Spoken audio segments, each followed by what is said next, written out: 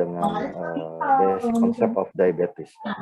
Nah, sekarang definisi diabetes itu apa sih? Seperti kita ketahui bersama, diabetes mellitus itu menurut WHO itu adalah ini panjang sekali ya, jadi saya coba highlight yang kata-kata kuncinya saja di sini. Diabetes adalah suatu gangguan metabolisme yang ditandai dengan tingginya kadar gula darah akibat insufisiensi fungsi insulin atau bahkan tidak ada insulin sama sekali, yang disebabkan oleh gangguan efisiensi produksi insulin oleh sel-sel beta Langerhans kelenjar pankreas. Jadi suatu kelenjar di dalam tubuh kita, yaitu kelenjar pankreas, sel-sel di dalam sel-sel pankreas itu bisa memproduce suatu hormon yang disebut dengan hormon insulin dan dihasilkan oleh sel beta dari kelenjar pankreas tersebut. Mungkin kita bisa lebih jelasnya di sini. Ini ada suatu gambaran. Kalau di sini gambaran normal di dalam pembuluh darah itu ada yang disebut dengan cairan plasma. Yang di dalam cairan plasma itu ada terlarut zat-zat yang terlarut itu ada sel-sel. Jadi ada di sini ada sel darah merah, yang ini ada sel darah putih, dan sini juga digambarkan juga ada molekul-molekul glukosa. Pada gambar normal ini digambarkan di sini adalah sel-sel glukosanya ada sejumlah sekian. Ini akan kontras sekali, bisa dilihat kalau keadaan gula darah meningkat atau terjadi hiperglisemia, maka kadar-kadar glukosa di dalam pembuluh darah ini menjadi bertambah banyak. Begitupun juga jika kadar glukosa dalam darah itu menurun, terjadi hipoglisemia, itu molekul-molekul glukosanya juga terlihat menurun. Nah, pada proses keadaan normal, setelah seseorang makan, itu secara normal, gula darah akan meningkat, akan terjadi proses hiperglisemia.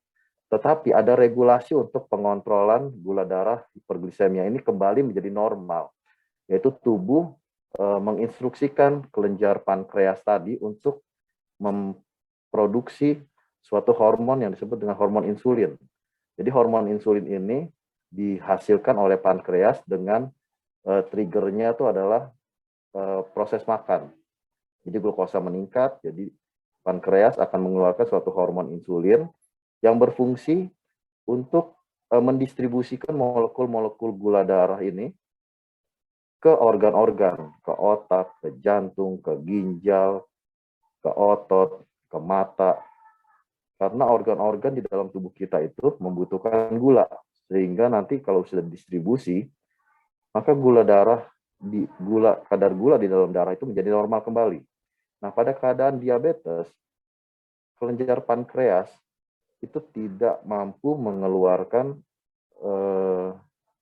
hormon insulin dengan cukup, atau bahkan tidak memproduksi hormon insulin sama sekali. Nanti kita bisa lihat di situ dengan tipe-tipe diabetes.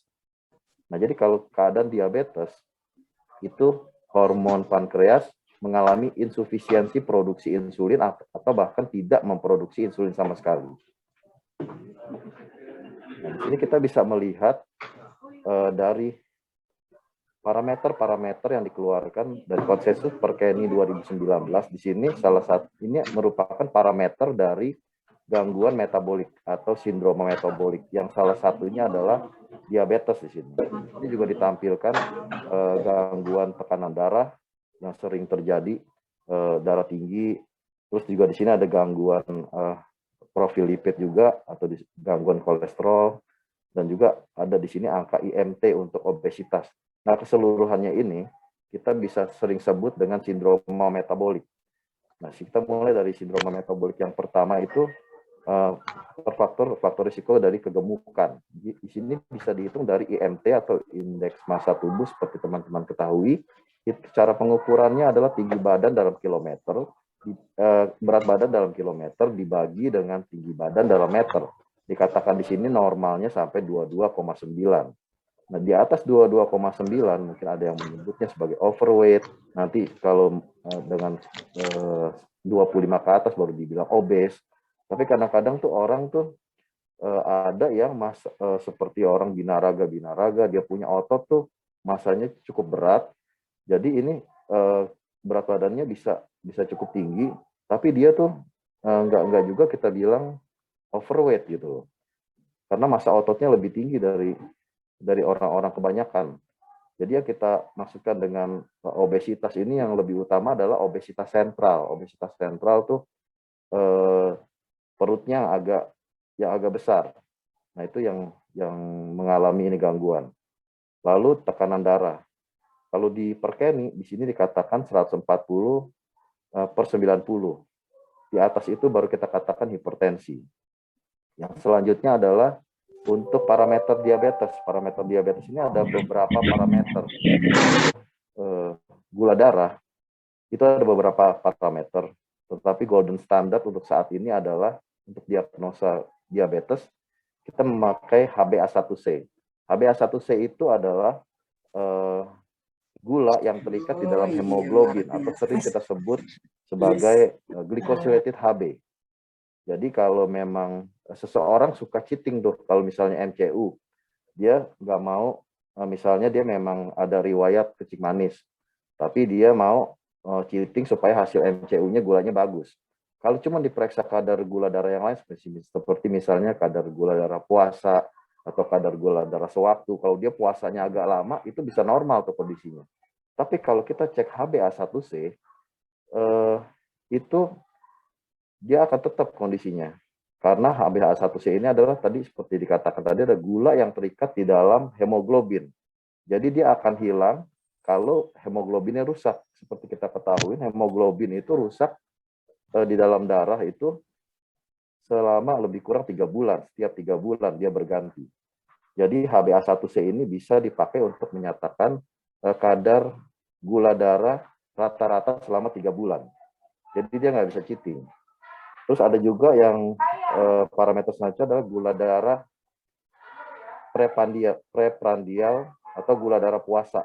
Nah, gula darah puasa ini kalau di Perkeni dibilang 130. Tapi nanti kita lihat, untuk yang sekarang ini lebih agresif, itu sekitar 100-an kita menganggap gula darah puasa kita. Lalu ada lagi gula darah 2 jam postprandial atau gula darah 2 jam setelah makan. Itu kalau di Perkeni di bawah 180. Tapi nanti kita lihat ini akan lebih rendah lagi untuk yang tren sekarang. Kalau kolesterol, profil lipid biasa kita ada LDL, triglycerid, dan HDL. Patokannya sih ini kurang lebih sama. Untuk kolesterol LDL, kita paling gampang ingatnya tuh kalau LDL tuh low, dia harus rendah, itu patokannya 100. Tapi kalau kolesterol HDL, paling gampang ingetinnya H itu high, itu dia harus tinggi. Jadi di atas 40 untuk laki-laki dan di atas 50 untuk perempuan. Untuk trigliserida kita patokannya 150. Nah, di sini kita khusus untuk masuk ke indikator gula darah. Nah, di sini bisa kita lihat. Tadi di Perkeni lebih tinggi, di sekitar 7. Nah, ini untuk ukuran Asia. Bisa kok. Kita memakai nggak tahu. angka 6,5. Jadi Ada di atas 6,5 kita katakan seseorang itu diabetes. Sebenarnya normalnya di sini adalah 5,6. Antara 5,6 dan 6,5 kita udah bilang ini udah lampu kuning atau kita katakan prediabetes.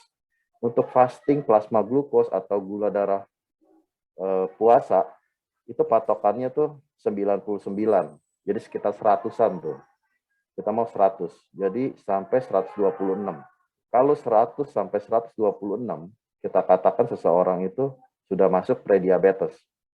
Lalu untuk gula darah postprandial atau setelah makan, ini patokannya itu 139. Di atas 200 dikatakan diabetes. Cuman ini agak kasar kalau untuk 2 jam setelah makan sama gula darah sewaktu. Ini agak nggak begitu bagus untuk screening. Lebih bagus fasting gula darah puasa, dan paling bagus lagi untuk golden standard A1C. Nah, di sini juga untuk random plasma glukos, gula darah sewaktu, kita patokannya 200. Tapi di sini nggak bisa dikatakan dia prediabetes berapa, normal berapa. Ini sangat kasar sekali kalau untuk gula darah sewaktu. Berarti normalnya. Nah, sekarang kita masuk ke tipe-tipe diabetes. Yang seperti tadi saya katakan, kalau orang yang diabetes bisa kelenjar pankreasnya masih memproduksi. insulin, tapi kadarnya tuh nggak cukup. Jadi insufisiensi. Ada juga kelenjar pankreas yang sama sekali produksinya tuh nol, nggak bisa produksi sama sekali. Nah, untuk kelenjar pankreas yang produksi insulin itu benar-benar nggak ada atau nol sama sekali, itu kita sebut dengan diabetes tipe 1.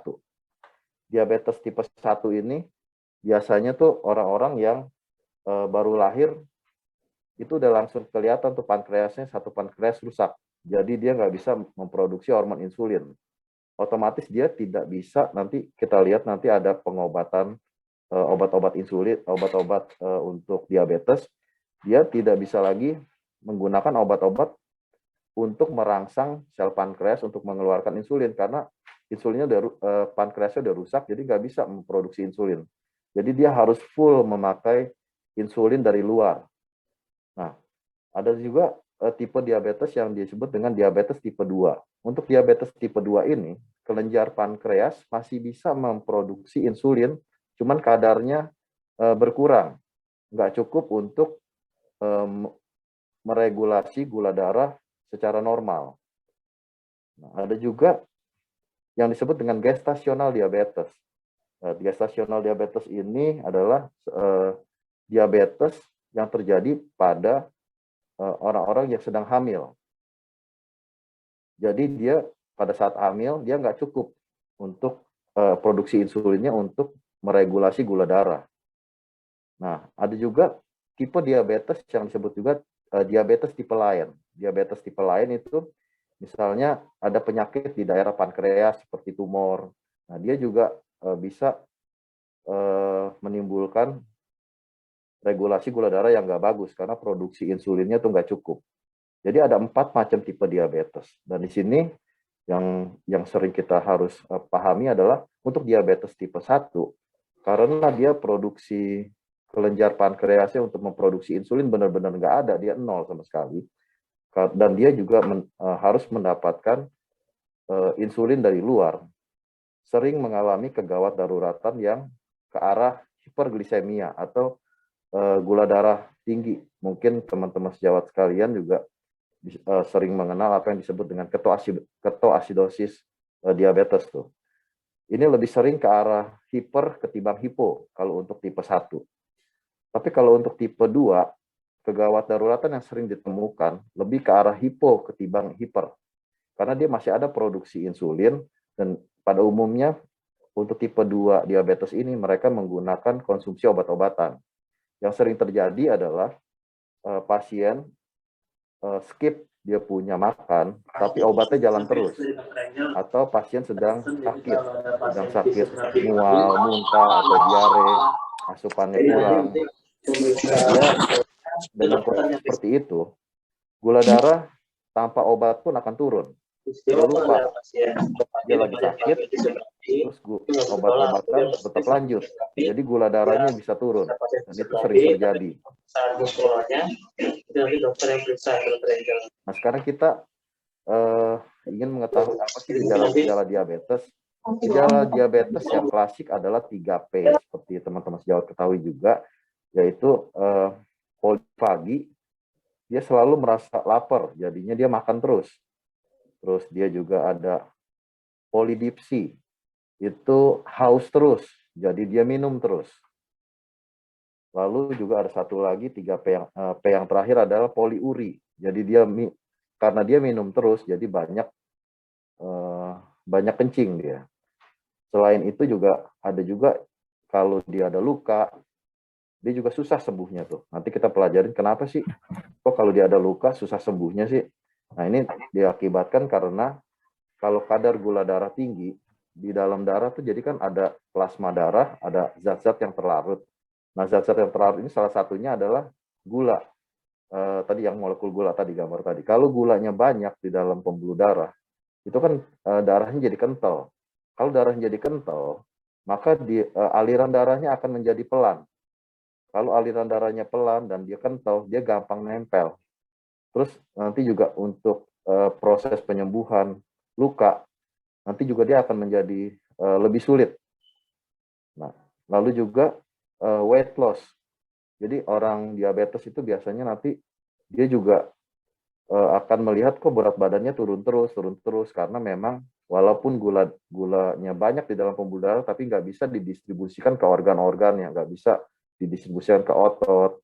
Jadi gula darahnya tuh nggak bisa dipakai oleh tubuhnya. Jadi dia punya berat badan jadi turun. Lalu yang selanjutnya adalah keluhan selanjutnya itu gangguan dari saraf tepi. Jadi orangnya tuh bisa kesemutan, gradasinya bisa dari kesemutan, bisa nyeri sampai dia mati rasa. Nanti kita bisa lihat prosesnya tuh. Lalu blurry vision ini dari gangguan mikrovaskuler yang lain. Jadi dia tuh bisa gangguan ke mata, bisa jadi retinopati. Yang paling sering adalah katarak, jadi lensanya menjadi kotor. Tapi setiap zaman sekarang udah bagus teknologi, lensa kita bisa ganti dengan yang baru, jadi orangnya bisa penglihatannya bagus lagi kalau katarak. Cuman selama gula darah nggak terkontrol, nanti lensa barunya juga akan mengeruh juga. Lalu orang-orang dengan diabetes juga sering mengeluh gampang lelah. Nah, walaupun kita udah tahu gejala-gejala diabetes seperti ini, tapi diagnosis pasti harus dilakukan dengan pemeriksaan gula darah. Nah, ini komplikasi-komplikasi pada pasien-pasien diabetes tuh ada dua. Ada mikrovaskuler yang mengenai pembuluh darah kecil dan makrovaskuler itu pembuluh darah besar. Untuk gangguan mikrovaskuler, itu gangguannya bisa ke mata seperti yang tadi kita bicarakan. Dia bisa jadi retinopati, dia bisa jadi katarak, dan dia bisa juga ke ginjal. Sebagaimana kita ketahui, ginjal adalah organ di dalam tubuh kita yang berfungsi untuk menyaring atau dia fungsinya untuk memfilter. Dia memfilter zat-zat yang harusnya tuh nggak boleh keluar dari ginjal. Itu zat-zat nutrisi seperti gula, protein. Nah, itu akan diserap normalnya tuh diserap lagi oleh tubuh. Jadi di ginjal tuh hanya difilter, dia nggak boleh keluar tuh zat gula, molekul-molekul gula tadi tuh. Tapi kalau seumpamanya dia sudah terjadi kerusakan di daerah glomerulus tuh, di daerah sel ginjal, itu maka saringannya tuh udah sedikit ada kebocoran, sehingga molekul gula yang tadi bisa keluar, jadi bisa ditemukan di dalam urin. Makanya itu kalau orang-orang namanya ini kencing manis ya beneran tuh.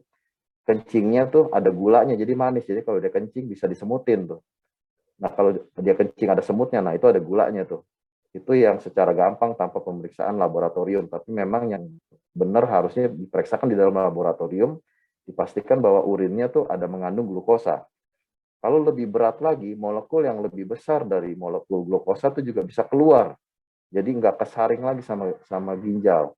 Yaitu yang paling sering adalah albumin. Albumin itu molekulnya cukup besar. Jadi kalau dia udah keluar, itu kerusakan ginjal udah cukup besar. Nah, sekarang ini ada pemeriksaan mikroalbumin. Jadi kalau mikroalbumin aja, yang albumin yang kecil-kecil sudah bisa keluar dari saringan ginjal, itu berarti sudah mulai ada kerusakan di dalam ginjal. Jadi nanti di dalam urinnya tuh bisa diketemuin tuh mikroalbumin urea, mikroalbumin di dalam urin. Terus juga kalau memang kursi besar bisa di albumin. Biasanya untuk mengatasi hal-hal seperti ini kalau mulai ada kebocoran di ginjal, harus diantisipasi tekanan darahnya tuh. Jadi tekanan darah harus diregulasi senormal mungkin atau serendah mungkin di mana seseorang tanpa menimbulkan gejala. Karena kalau tensinya diturunin juga kalau terlalu rendah nanti akan menimbulkan gejala juga. Nah, itu untuk di ginjal. Untuk yang selanjutnya adalah untuk gangguan mikrovaskular selanjutnya neuropati. Jadi dia ada gangguan di persarafan, terutama di ekstremitas di daerah tungkai. Jadi kelainannya tuh bisa gradasi dari dia kesemutan, nyeri, sampai mati rasa. Yang bahaya adalah kalau dia sudah mati rasa. Ini yang sering kejadian. Jadi suka ada orang yang bilang kalau orang diabetes itu nggak usah pakai alas kaki. Terus suka direfleksi, jalan di atas batu-batu supaya sirkulasi jadi bagus. Nah, itu sebenarnya nanti nggak bagus tuh. Karena apa? Kalau orang diabetes, kakinya udah mati rasa, itu kalau kita kan kalau orang normal, kalau kaki kita luka, kita ada rasa nyeri. Jadi ada warning kita nyeri, kita lihat kaki kita obatin. Tapi kalau orang diabetes, kakinya udah nggak rasa, dia luka, dia nggak ada rasa. Nanti ketahuan setelah beberapa lama, tercium. Biasanya mereka suka cium tuh, ada bau-bau busuk. Jadi kakinya tuh udah infeksi, udah luka, udah besar, baru ketahuan. Jadi terlambat untuk pengobatannya. Jadi kalau untuk pasien-pasien diabetes selalu dianjurkan menggunakan alas kaki dan tiap hari mesti periksa kaki itu. Tiap malam sebelum tidur dia harus periksa kaki. Jadi kalau ada luka langsung bisa diobatin, bisa diatasin segera. Nah, itu yang sering terjadi pada orang-orang diabetes dengan gangguan mikrovaskular. Kalau dia ada gangguan makrovaskular, itu contohnya gangguan di sirkulasi darah otak. Otak kita itu sangat sensitif dengan glukosa. Jadi kalau glukosa kurang, nanti akan timbul gangguan-gangguan. Dari yang ringan sampai yang berat. Yang ringan ya misalnya cuma TIA, sampai yang berat itu stroke. Di tengah-tengahnya gangguan kesadaran gitu. Lalu ada juga gangguan di daerah jantung. Itu gejalanya bisa serangan jantung. Tapi harus diingat, karena orang diabetes ini tadi ada gangguan mikrovaskuler, dia tuh kalau sarafnya tuh bisa nggak ada rasanya, tuh bisa mati rasa. Jadi kalau orang diabetes yang sudah mengalami gangguan neuropati yang berat, yang sudah tidak bisa rasa, ini dia kalau dia mengalami serangan jantung bisa nggak ada nyeri dada. Jadi itu harus dipahami juga. Lalu yang selanjutnya ada gangguan di daerah ekstremitas, karena pembuluh darah di situ kurang begitu bagus. Untuk aliran darahnya juga nggak begitu bagus. Jadi kalau dia ada luka, dia akan susah untuk sembuh. Nah ini karena kita sudah mengetahui definisi diabetes, parameter-parameter dari diabetes, terus kita juga udah tahu gejala diabetes, terus komplikasinya diabetes. Sekarang kita masuk ke terapi. Ini terapi-terapi oral yang dari obat-obatan yang lama sampai obat-obatan yang terbaru. Nanti ada obat yang terbaru lagi yang akan saya coba sampaikan, karena ditemukannya suatu hormon yang sebelumnya belum ada. Dengan adanya ditemukan hormon tersebut, maka ada golongan-golongan obat baru yang keluar. Ini yang golongan yang paling kuno sekali adalah golongan sulfonylurea. Dulu tuh ada obat, mungkin sekarang udah hampir nggak ada ini obat, namanya chlorpropamid. Nah, sekarang yang obat-obat ini udah jarang sekali digunakan. Karena apa? Karena dia punya lama kerja lama sekali, bisa sampai 24 sampai 36 jam. Jadi yang seperti tadi saya bilang, kalau di dalam masyarakat itu kalau ada penderita diabetes, paling banyak tuh dia mengalami diabetes tipe 2. Kalau diabetes tipe 2, itu kalau komplikasinya lebih sering ke arah hipoglikemi. Jadi gula darahnya jadi turun. Nah itu kalau umpamanya dia lupa, misalnya dia lagi sakit, asupan makanannya kurang, obatnya tetap jalan, dia mengalami hipoglikemi. Yang paling kelihatan tuh gangguan kesadaran. Jadi dia bisa masuk ke rumah sakit karena dia pingsan atau nggak sadar. Pas dicek gula darahnya turun, dari hasil anamnesa didapatkan bahwa ini orang diabetes sedang menggunakan obat-obat minum. Nah, dia lagi kurang asupan. Nah, itu walaupun nanti kita bisa atasin di gawat darurat, kasih gula, dia akan bangun lagi, kesadarannya akan bagus lagi kalau memang sebabnya karena penurunan gula darah. Tapi proses penurunan gula darah ini akan berlangsung terus, tergantung dari jenis obat yang dia minum. Kalau dia minum lama kerjanya sampai 36 jam, itu obat akan bekerja terus sama 36 jam. Jadi kemungkinan gula darahnya akan turun terus itu selama 36 jam. Jadi akan dilakukan pemantauan gula secara serial. Dan ini harus jadi lucunya jadi orang sakit gula masuk ke rumah sakit dikasih gula jadinya itu. Nah, sekarang obat-obat yang dari golongan sulfonylurea cukup terkenal juga adalah glibenclamid. Glibenclamid ini cukup kuat sekali obatnya nih. Dia bertahan di dalam badan kita tuh sampai maksimal sampai 1 hari. Ini juga yang sering menyebabkan gula turun. Nah, obat yang lumayan cukup terkenal lagi di golongan sulfonylurea adalah obat glimepirid yang terkenal dengan namanya Amaril. Dosisnya ada cukup banyak, sehari cukup sekali, dan ini cukup populer. Dan dari sini obat yang first line drug untuk diabetes untuk saat ini adalah obat dari golongan biguanide. Ini obat dengan nama generiknya metformin. Nah, ini obat first line drug untuk diabetes. Obat ini obat yang terbaik saat ini yang kita punya untuk pengobatan diabetes. Dengan syarat dia tidak ada gangguan ginjal. Karena kalau ada gangguan ginjal, obat metformin ini tidak boleh digunakan lagi. Nah, karena dia obat yang terbaik jika tidak ada gangguan ginjal, maka untuk obat-obat kombinasinya kita bisa lihat di sini. Semua obat digabungin sama metformin. Glibenclamide digabungin sama metformin, golongan TZD atau disoglitasin gabungkan dengan metformin, dimepirid ada metformin. Ini nama-nama dagangnya. Nah, itu obat-obat untuk diabetes. Ada juga obat golongan glyquidone. Ini obat golongan glyquidone ini adalah obat yang sampai saat ini salah satu yang ramah untuk ginjal. Jadi kalau ada orang-orang dengan gangguan ginjal yang masih bisa diminum obat, itu kita biasa menggunakan glyquidone. Golongan dari glyquidone dengan nama dagang ini Gurenorm. Nah, itu dari sisi obat-obatan. Nah, ini terobosan terbaru mungkin juga teman-teman sejawat juga ada sudah tahu. Dalam satu dekade ini ditemukan hormon incretin. Jadi sebelum ada hormon incretin ini belum ada obat-obat yang sekarang.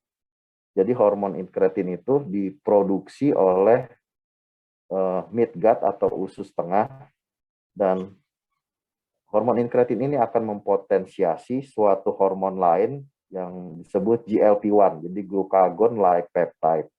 Secara normal memang kalau orang makan makanan sampai di usus akan mengeluarkan hormon incretin. Hormon incretin ini akan mempotensiasi suatu hormon lagi yang disebut GLP-1. Nah, hormon GLP-1 ini dia mempunyai cara kerja di dua tempat. Yang pertama di pankreas, yang kedua di hati. Di pankreas dia bekerja seperti obat-obatan yang lain untuk memacu pankreas untuk memproduksi insulin lebih banyak. Dan di hati dia berfungsi untuk menekan produksi glukagon. Hormon glukagon di hati ini fungsinya ini sebagai antagonis dari insulin. Dia malah menaikkan gula darah. Nah, nanti kita bisa lihat skemanya. Cuman GLP-1 endogen yang secara alami ini itu secara normal dia keluar tapi cukup singkat waktunya. Karena dia akan dihambat oleh suatu enzim. Enzimnya itu oleh enzim di peptidase 4 atau sering disingkat DPP4. Nah, ini nanti saya akan kasih lihat bagannya. Nah, ini. Nah, di sini usus kita. Kalau kita ada makanan lewat di usus ini, maka akan keluar hormon incretin. Hormon incretin itu akan mempotensiasi GLP-1. GLP-1 ini fungsinya adalah di sel pankreas untuk memicu pankreas mengeluarkan insulin, ini sel beta pankreas. Nah, satu lagi dia akan di hati, fungsinya untuk menekan produksi glukagon. Tapi GLP-1 ini, dia hanya singkat waktunya, cuma 1-2 menit, dan itu nggak cukup untuk merangsang pankreas untuk keluarin insulin. Karena ternyata diteliti GLP-1 ini dihancurkan oleh enzim DPP4. Maka diciptakanlah obat DPP4 inhibitor. Jadi hormon DPP4-nya dihambat, sehingga GLP-1 yang ada kalau ada makanan yang keluar, ini bisa jadi lebih lama. Jadi dia bisa lebih lama, sehingga menimbulkan si pankreas ini mengeluarkan insulin secara cukup banyak. Dan proses ini, setelah dimengerti, maka bisa diciptakan obat-obat DPP4 inhibitor. Kenapa ini menjadi penting? Karena obat-obatan yang tadi kita lihat dari golongan sulfonylurea, biguanide, sampai obat-obat kombinasinya, itu semua rata-rata dapat menyebabkan hipoglikemi, terutama obat-obat golongan lama. Tapi obat golongan baru ini dikatakan dia tidak akan menyebabkan hipoglikemi, karena obat ini bekerja kalau ada makanan. Jadi kalau ada makanan, baru incretinnya keluar, baru ada GLP-1. Kalau seumpamanya dia nggak makan, incretin nggak keluar. Jadi di pipi water inhibitor ini nggak menyebabkan terjadi proses hipoglikemi. Nah, setelah itu kita lihat rekomendasi terapi dari Perkeni.